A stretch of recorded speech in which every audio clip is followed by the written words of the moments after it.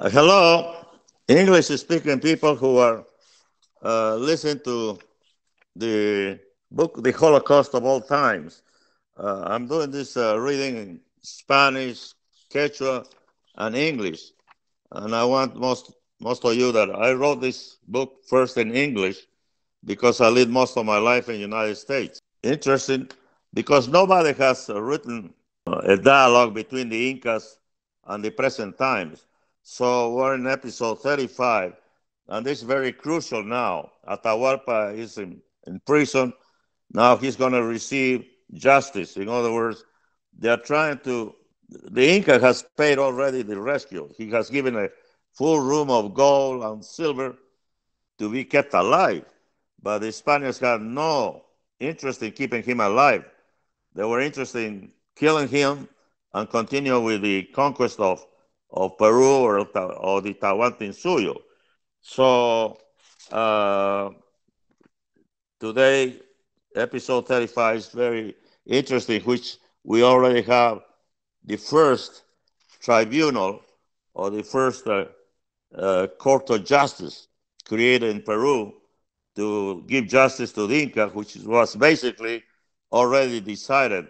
They're finding many reasons to get rid of him or kill him.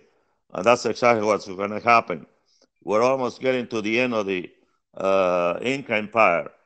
Thank you very much. I'll see you next week. Also present were Riquelme and Navarro, the treasurer and the accountant, who had no gold for themselves, but they would if the Inca died.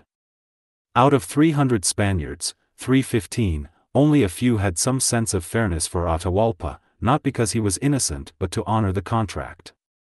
For the word of honor to a Spaniard is as good as his signature.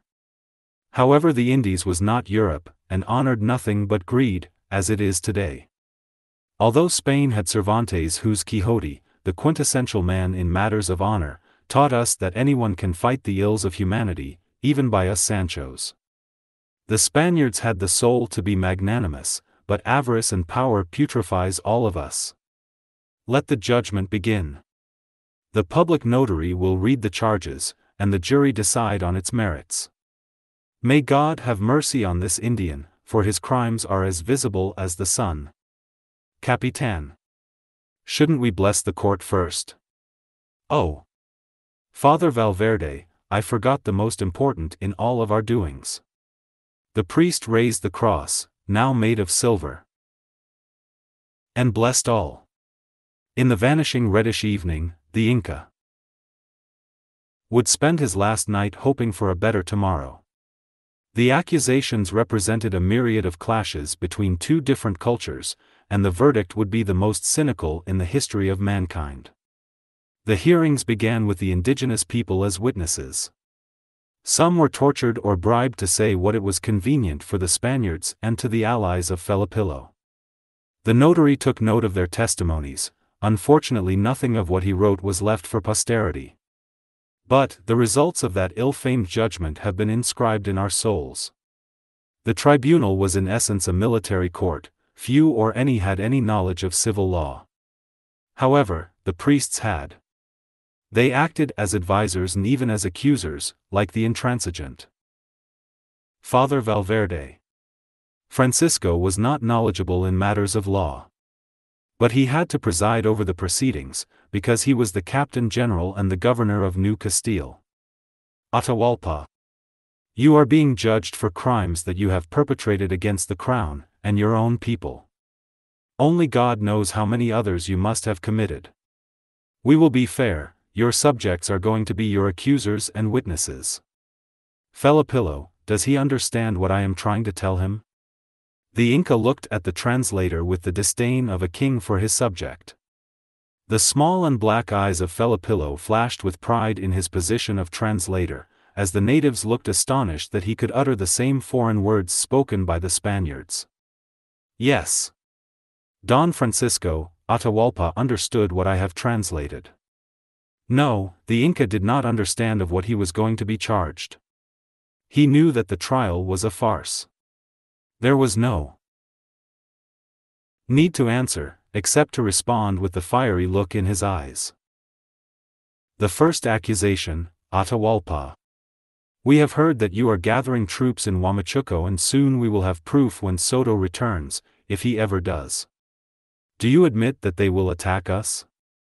Felipillo began translating maliciously. Atahualpa. The Huayracochas are saying that you are going to kill all of them. The Inca's eyes turned to Pizarro, astounded by the allegation, for he had no knowledge of such a rebellion. The second accusation, is it true that you have been hiding the gold and silver that legally belongs to the crown? The notary says that you have been stealing all the riches of the crown and...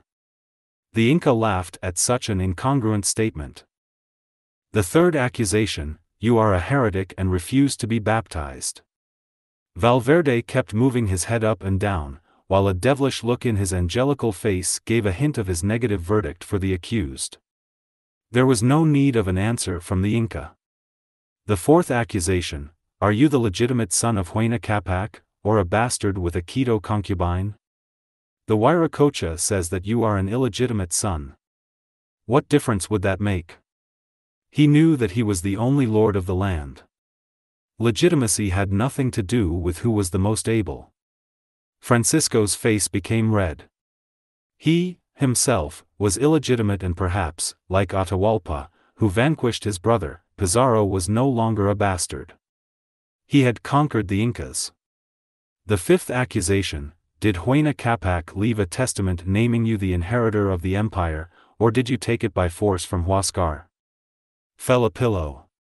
Tell the one who writes that I won the crown. Because I was the most capable. Not like the Apumachu, who is taking the Tawantinsuyo by treachery. He says that he is the most powerful man in the empire, and he didn't need anyone to give him the crown.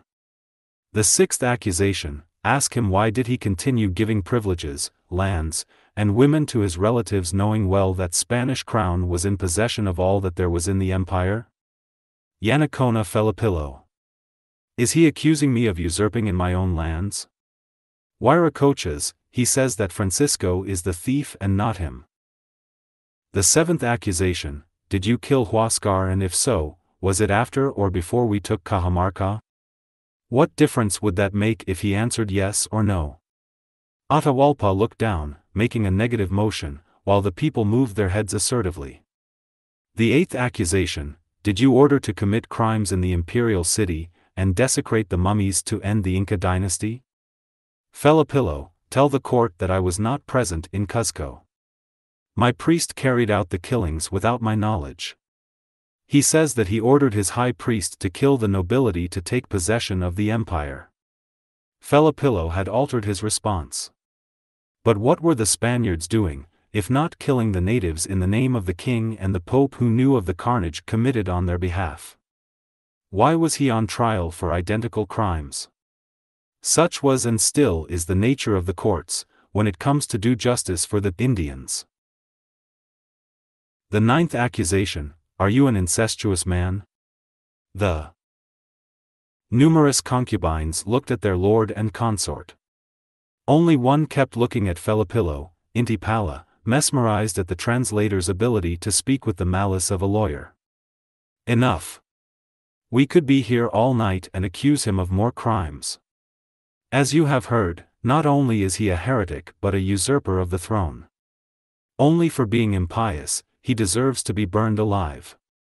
But he has also conspired with his generals to attack us. As a man of war, he deserves to die by the sword. Chavez.